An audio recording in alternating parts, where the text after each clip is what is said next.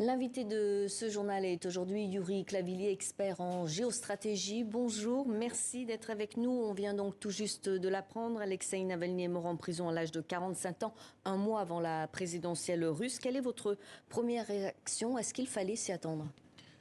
Malheureusement, effectivement, ça semble être le destin de Navalny à partir du moment où il a fait le choix de revenir en Russie, un choix courageux tout de même, parce qu'il savait très bien, après une tentative d'empoisonnement déjà, qu'il prenait d'énormes risques personnels, mais il a suivi un choix, des convictions, un parcours, en revenant, il a été emprisonné.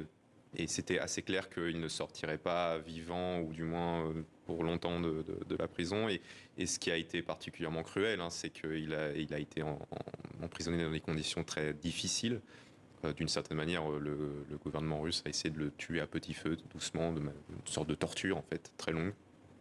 Donc non, c'est un nouveau nom qui s'ajoute à la longue liste de ceux qui ont essayé de rendre la Russie différente et de s'opposer à Poutine.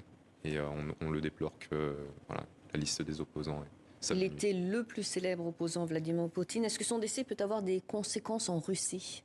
Alors, est-ce que c'est des conséquences à court terme? Peut-être pas. À long terme, on peut avoir un autre jugement, parce que ce qu'on constate avec effectivement aujourd'hui la mort de Navalny, mais aussi d'une certaine manière, la mainmise du pouvoir, la censure complète du pouvoir sur tout type d'opposition, qu'elle soit contrôlée, entre guillemets, ou une vraie opposition, comme ce que représentait Navalny.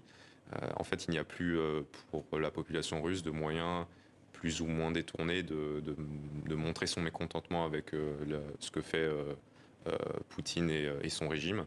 Donc ça peut-être contribuer à terme, un jour, à créer du ressenti qui pourrait exploser. Mais bon, évidemment, là, on est dans des hypothèses, et il y a toujours aussi d'autres facteurs à prendre en compte.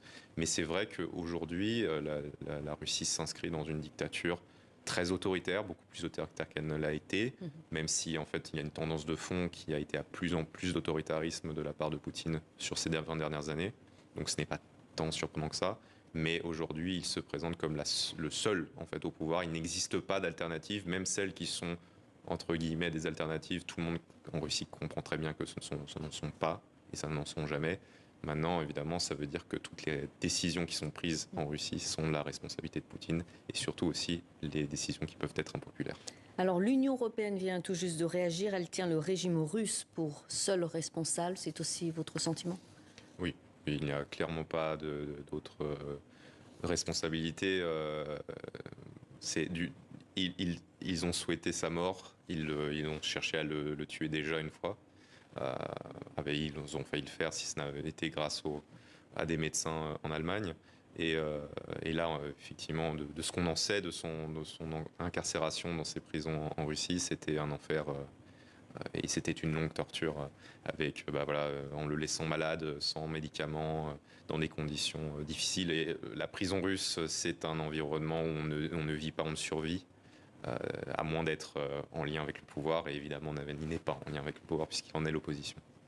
Parlons à présent, si vous le voulez bien, de la tournée européenne de Volodymyr Zelensky, qui a démarré avec une première escale, Berlin. Le président ukrainien se rendra ensuite en France en fin de journée pour rencontrer Emmanuel Macron, avant de participer samedi en Allemagne à la conférence de Munich sur la sécurité.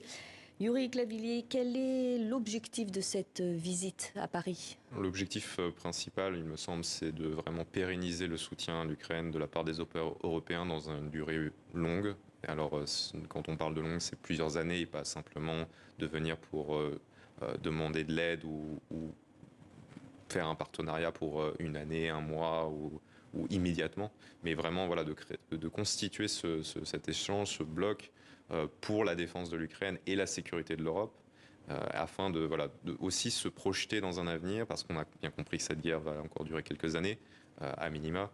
Il faut donc pour ça pouvoir prévoir, pouvoir faire planifier, à la fois en termes d'industrie, en termes de financement, sur plein d'aspects. Et donc voilà, l'objectif ici, c'est de pérenniser ce soutien dans la durée. C'est ce qui a déjà été fait au Royaume-Uni en janvier, parce qu'il y a déjà un accord bilatéral pour un soutien sur une dizaine d'années.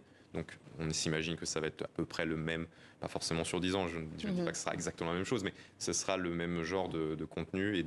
Et pour l'Ukraine, voilà, c'est un moyen de s'assurer le soutien des Européens à l'heure où justement le soutien américain est toujours bloqué par une frange radicale des républicains. Donc une aide financière et militaire. Alors ce matin, l'armée ukrainienne a annoncé qu'elle renforçait ses troupes dans la ville d'Avdiivka, dans l'est du pays, où elle est en difficulté face à l'avancée des troupes russes.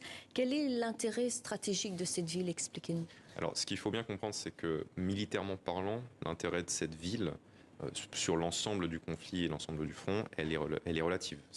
On n'est pas sur plus que Bakhmout, ce qu'a été Bakhmout en 2023. Par contre, en fait, pour la Russie, c'est un moyen, et probablement le seul moyen pour elle, d'essayer d'inverser une tendance de fond qui lui est défavorable à terme. Pourquoi? Je m'explique. La production d'équipements et de matériel pour l'Ukraine va crescendo, augmente. Elle est relativement lente, mais elle va augmenter, et le plafond de la production de cette production-là est beaucoup plus élevé que le plafond de production de l'industrie russe, militaire russe. Ça veut dire qu'un jour, et c'est courant 2025, le soutien des alliés à l'Ukraine sera plus élevé que ce que l'armée russe l'industrie russe pourra fournir à son armée. La Russie, pour éviter cela, elle essaye justement de nous démoraliser, de nous faire comprendre que ce n'est pas la peine d'aider l'Ukraine, pour justement on s'empêche. Dans son discours, Vladimir Poutine l'a bien rappelé en disant qu'il gagnerait la guerre. Donc, pour essayer de nous démoraliser, elle a besoin d'une victoire symbolique. C'est justement ce que représente Avdiivka, et c'est justement ça qui va être un pilier dans la propagande russe pour nous faire croire que si l'armée russe gagne à Avdiivka, elle gagnera en fait. Sa victoire est inéluctable en Ukraine. Voilà sa stratégie pour essayer de nous démotiver, pour essayer de nous empêcher de fournir à l'Ukraine ce dont elle a besoin pour se défendre et pour gagner. Et c'est en fait sa seule chance, sa seule opportunité pour la Russie de peut-être changer le cours de cette guerre. Mais je ne crois pas que cela réussira. Je pense que les Européens, effectivement, comme ce qu'on va en découvrir dans ces prochains jours, vont pérenniser leur soutien. Et l'Amérique, alors ça c'est une autre question, mais je pense que le soutien malgré tout continuera, et qu'au final ce sera l'Ukraine qui s'en sortira. Merci beaucoup Yuri Clavillier pour votre analyse. Je rappelle que vous êtes expert en géostratégie.